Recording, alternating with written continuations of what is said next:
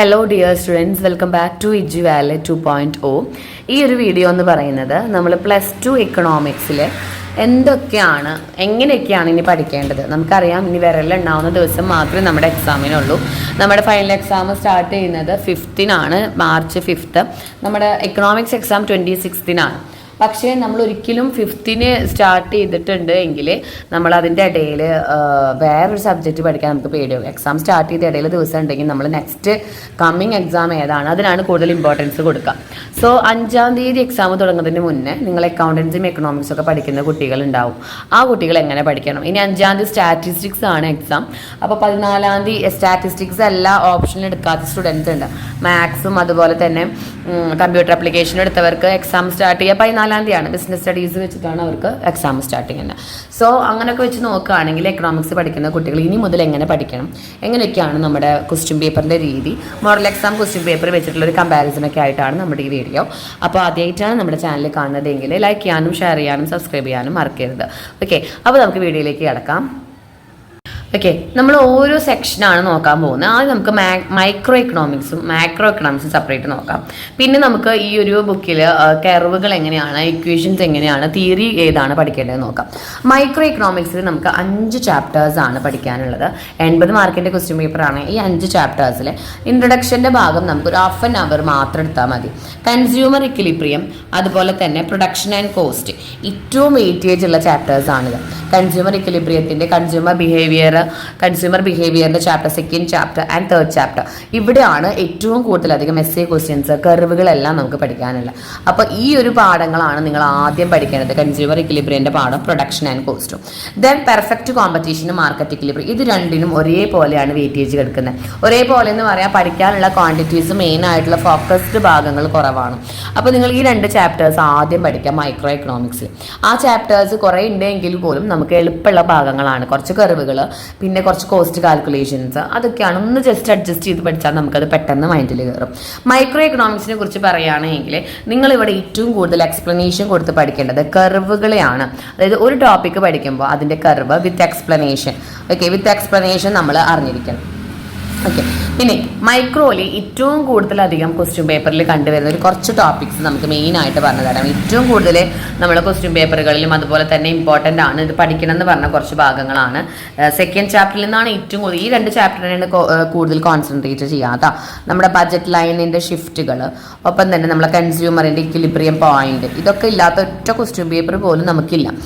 Question പേപ്പറിൽ എല്ലായിടത്തും നമുക്ക് 8 മാർക്കിന് 5 മാർക്കിനൊക്കെ ചോദിക്കും. ദെൻ നമ്മൾ പെർഫെക്റ്റ് കോമ്പറ്റീഷൻ്റെ പ്രോഫിറ്റ് മാക്സിമൈസേഷൻ, ഇതൊക്കെ ഇനിയും പഠിക്കാത്തവരുണ്ട് എങ്കിൽ വേഗം പോയിട്ട് ഇപ്പം ഇരുന്ന് പഠിക്കേണ്ടത് ഈ ടോപ്പിക്കുകളാണ് ഈ ഒരു മൈക്രോയിൽ നിന്ന്.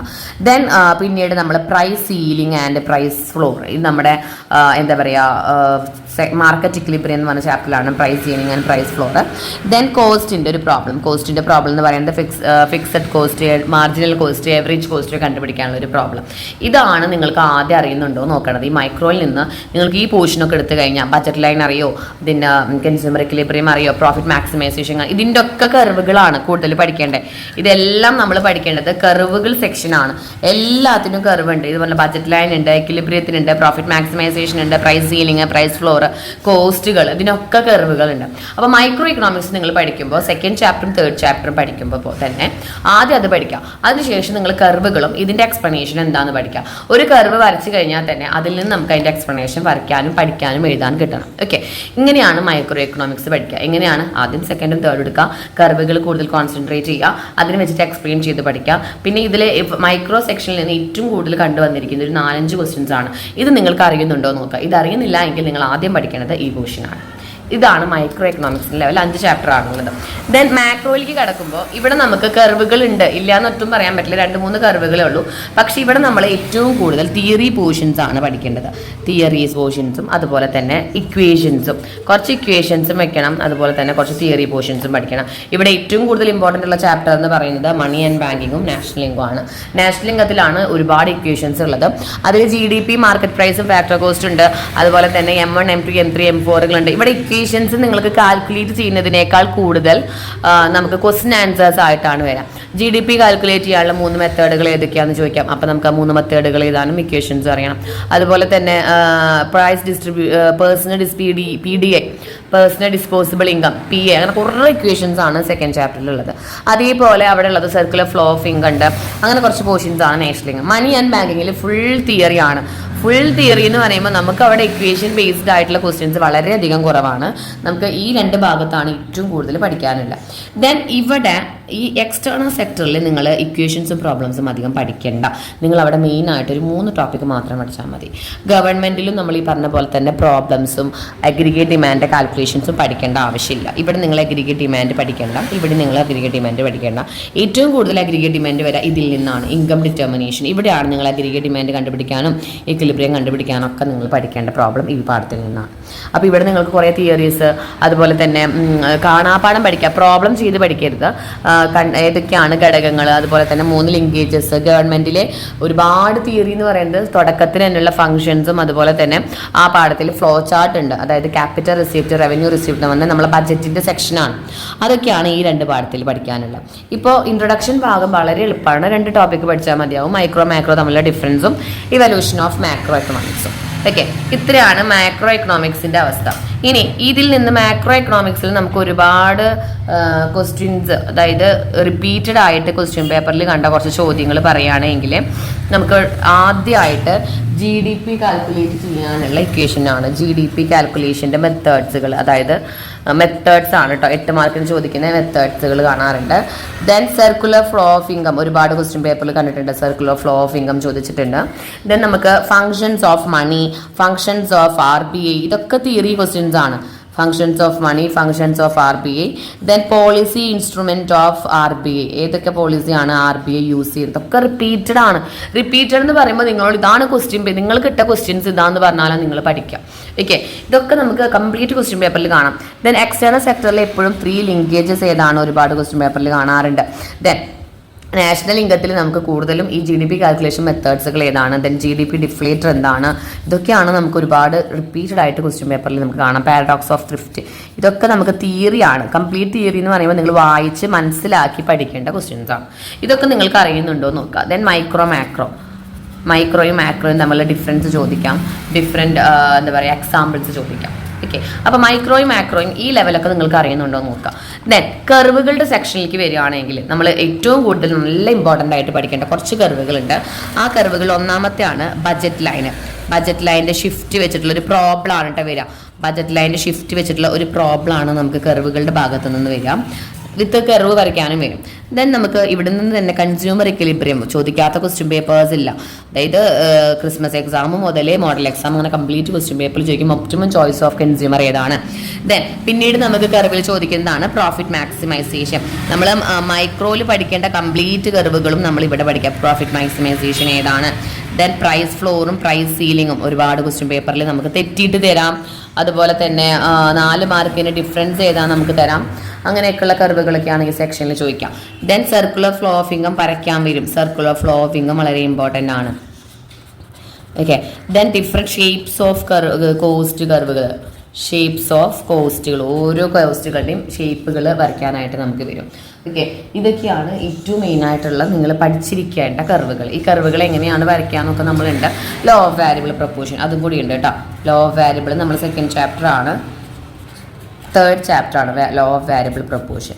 ഇതിൻ്റെയും ഇതുപോലെ കർവ് ഇതൊന്നും നമുക്ക് ശരിക്കും മോഡൽ എക്സാമിന് ശരിക്കും കർവുകളുടെ സെക്ഷനിലേക്ക് ക്വസ്റ്റ്യൻ പേപ്പർ പോയിട്ടില്ല. മോഡൽ എക്സാമിൽ നമുക്ക് കൂടുതൽ നല്ലൊരു എളുപ്പമുള്ള ക്വസ്റ്റ്യൻ പേപ്പർ ആയിരുന്നു. കർവുകളും പ്രോബ്ലംസും നമുക്ക് ഇനി കൂടുതൽ കോൺസെൻട്രേറ്റ് വരിക നിങ്ങളുടെ മോഡൽ എക്സാമിനല്ല, ഫൈനൽ എക്സാമിനാണ്. ദെൻ ഇക്വേഷൻസ് നമ്മൾ നോക്കുകയാണെങ്കിൽ കോസ്റ്റ് പ്രോബ്ലം ആണ് മെയിനായിട്ട് നമുക്ക് ഇക്വേഷനായിട്ട് വരാറ്. ദെൻ അതേപോലെ തന്നെ അടുത്ത് നമുക്ക് വരാറ് ഡിമാൻഡ്, ക്വാണ്ടിറ്റി ഡിമാൻഡും ക്വാണ്ടിറ്റി സപ്ലൈയും വെച്ചിട്ടുള്ള ഒരു പ്രോബ്ലം നമുക്ക് വരാറുണ്ട് ഇക്വേഷൻ ബേസിൽ.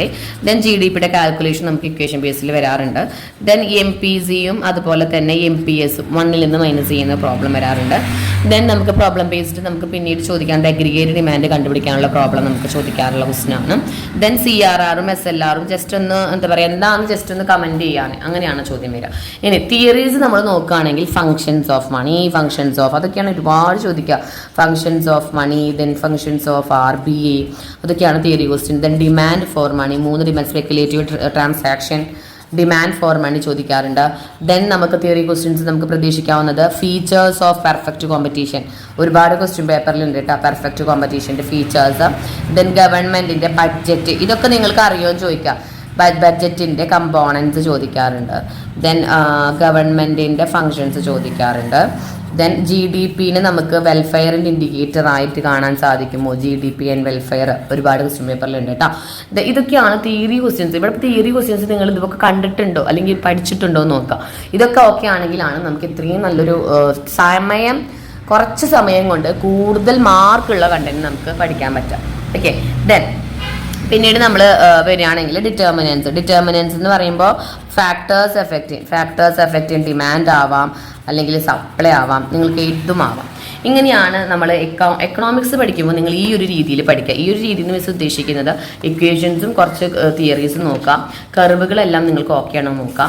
മാക്രോ എക്കണോമിക്സിൽ ഞാൻ ഏറ്റവും കൂടുതൽ കോൺസെൻട്രേറ്റ് ചെയ്യുന്ന പാഠം ഏതാണെന്ന് നോക്കുക, അതിൻ്റെ തിയറി ഇക്വേഷൻസ് മൊത്തത്തിൽ നോക്കാം. മൈക്രോയിൽ ഏറ്റവും കൂടുതൽ പാഠത്തിൽ ഞാൻ ഏതാണ് ഏറ്റവും കൂടുതൽ ഇമ്പോർട്ടൻ്റ് ആയി നോക്കേണ്ടത് നോക്കാം. ഇങ്ങനെയൊക്കെ നോക്കിയാലാണ് നമുക്ക് ഇനി കുറച്ച് എല്ലാവരും നിങ്ങൾ ഒരു പാഠം പിടിച്ചിരുന്നിട്ട് കാര്യമില്ല. കുറച്ച് സമയം കൊണ്ട് കൂടുതൽ മാർക്ക് വാങ്ങണമെങ്കിൽ ഇതെല്ലാം നിങ്ങൾ ഓക്കെ ആണെന്ന് നോക്കിയാൽ മാത്രമാണ് നമുക്ക് എക്കണോമിക്സ് നല്ലൊരു മാർക്ക് സ്കോർ ചെയ്യാനായിട്ട് പറ്റുള്ളൂ. സോ എല്ലാ സ്റ്റുഡൻസും നല്ല രീതിയിൽ ട്രൈ ചെയ്യുക. ഇപ്പം നിങ്ങളൊരു ബേസായിട്ട് കുറച്ച് ഇമ്പോർട്ടൻസ് ഒക്കെ പഠിച്ച് സെറ്റായി കഴിഞ്ഞാൽ എക്സാമിൻ്റെ ടൈം ആകുമ്പോഴേക്കും ഐ തിങ്ക് നമ്മൾ ലാംഗ്വേജ് കഴിഞ്ഞിട്ടൊരു 2 days ഉണ്ട്. 24-25 ലീവ് കഴിഞ്ഞിട്ടാണ് 26-ാം തീയതി നമ്മുടെ എക്സാം വരുന്നത്. ആ 2 days നിങ്ങൾക്ക് എല്ലാം റിവൈസ് ചെയ്യാനും ഒക്കെ നല്ല ടൈം കിട്ടും. ക്വസ്റ്റ്യൻ പേപ്പറൊക്കെ ഒന്ന് ജസ്റ്റ് നോക്കിയാൽ മതിയാവും. ഓക്കെ. അപ്പം നമുക്ക് വീഡിയോ ഹെൽപ്ഫുൾ ആയെന്ന് വിചാരിക്കുന്നു. നിങ്ങൾക്ക് എക്കണോമിക്സിൻ്റെ രൂപം കിട്ടിയെന്ന് വിചാരിക്കുന്നു. അപ്പോൾ ഇതൊക്കെ പഠിക്കാനായിട്ട് ശ്രമിക്കുക. വീഡിയോ ഹെൽപ്ഫുൾ ആയെങ്കിൽ ലൈക്ക് ചെയ്യുക, ഷെയർ ചെയ്യുക, സബ്സ്ക്രൈബ് ചെയ്യുക, നിങ്ങളുടെ ഫ്രണ്ട്സിനൊക്കെ ഒന്ന് അയച്ചു കൊടുക്കുക കേട്ടോ. Okay dear student, thank you so much.